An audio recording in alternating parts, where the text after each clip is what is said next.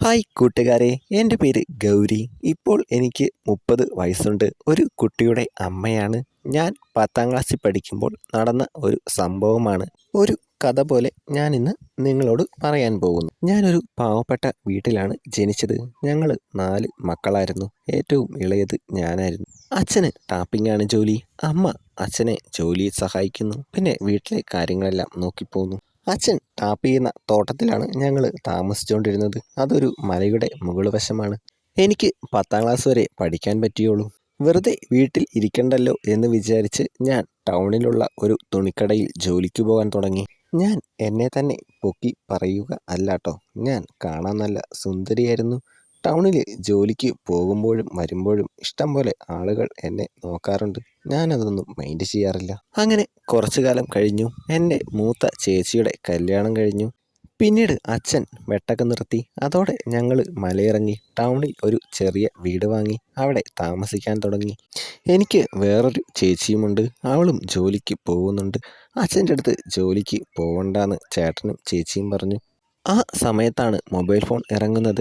ചേട്ടൻ ഒരു ഫോൺ വാങ്ങി വീട്ടിൽ വെക്കാം, വീട്ടിലെ ആവശ്യങ്ങൾക്ക് ഉപയോഗിക്കാം എന്ന് പറഞ്ഞു.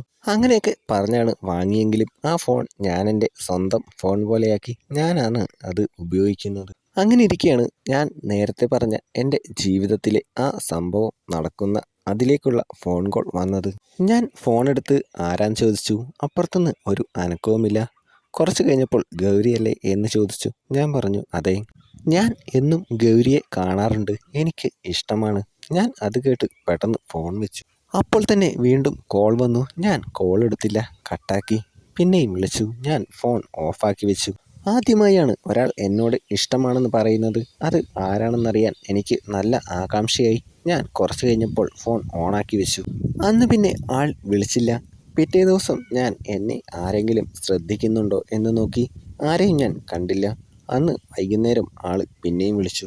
ആളിന് എന്നെ അറിയാമെന്നും എൻ്റെ നാട്ടുകാരൻ ആണെന്നും പറഞ്ഞു. അപ്പോഴും ഞാൻ ചോദിച്ചിട്ടും ആൾ പേര് പറഞ്ഞില്ല. അത് ആരായിരിക്കും എന്ന് ചിന്തിച്ച് അന്ന് എനിക്ക് ഉറങ്ങാനും കൂടി പറ്റിയില്ല. പിറ്റേ ദിവസം എൻ്റെ ചേച്ചിയും ഭർത്താവും വന്നു.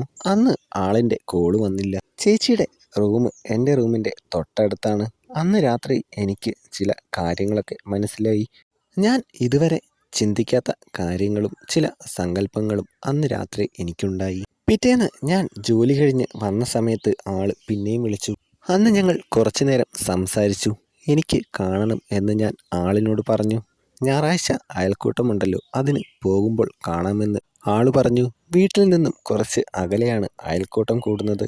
എല്ലാ ആഴ്ചയിലും കൂടാറുണ്ട്. അവിടേക്ക് പോകുന്ന വഴി കുറച്ച് പഴകിയ വീടുകളൊക്കെയുണ്ട്. പണ്ട് തൊഴിലാളികൾ താമസിച്ചിരുന്നതാണ്. ഇപ്പോൾ അവിടെയൊന്നും ആരും താമസിക്കുന്നില്ല. അച്ഛനും അമ്മയ്ക്കും അയൽക്കൂട്ടത്തിന് പോവാൻ മടിയാണ്. അവർ എപ്പോഴും എന്നെ പറഞ്ഞു വിടും. ഞാൻ ആ വീടിൻ്റെ അതിലേക്ക് കുറച്ച് പേടിച്ചാണ് പോകുന്നത്, അതും ഒറ്റയ്ക്ക്. അങ്ങനെ ഞായറാഴ്ചയായി. ഇന്നാണ് കാണാം എന്ന് പറഞ്ഞത്. ഞാൻ അയൽക്കൂട്ടത്തിന് പോയി. പോകുന്ന വഴിക്കൊന്നും ആരെയും കണ്ടില്ല.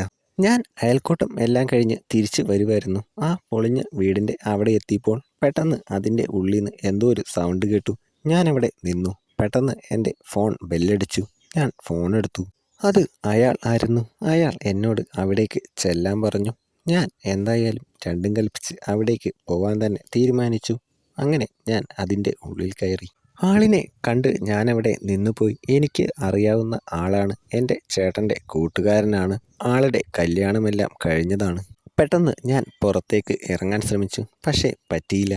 അങ്ങനെ കുറേ സമയങ്ങൾ കടന്നുപോയി. കുറച്ച് കഴിഞ്ഞ് ഞാൻ പതിയെ എണീറ്റ് വീട്ടിലേക്ക് നടന്നു. ആന കരിമ്പിൻതോട്ടത്തിൽ കയറിയ പോലെ ഞാൻ വീട്ടിൽ ചെന്ന് ഫ്രഷായി. ചേട്ടൻ്റെ കൂട്ടുകാരനാണ്. ആള് ഗൾഫിൽ നിന്ന് വന്നുവെന്ന് ചേട്ടൻ ഒരാഴ്ച മുമ്പ് പറയുന്നുണ്ടായിരുന്നു. കൂട്ടുകാരെ, നമ്മുടെ ഈ കഥയും ഇവിടെ അവസാനിക്കുകയാണ്. കഥ ഇഷ്ടപ്പെട്ടാൽ ലൈക്ക് ചെയ്യുക. എന്തെങ്കിലും നിർദ്ദേശമുണ്ടെങ്കിൽ കമൻ്റ് ഇടുക. ചാനൽ സബ്സ്ക്രൈബ് ചെയ്ത് സപ്പോർട്ട് ചെയ്യുക. അടുത്ത വീഡിയോയിൽ കാണാം.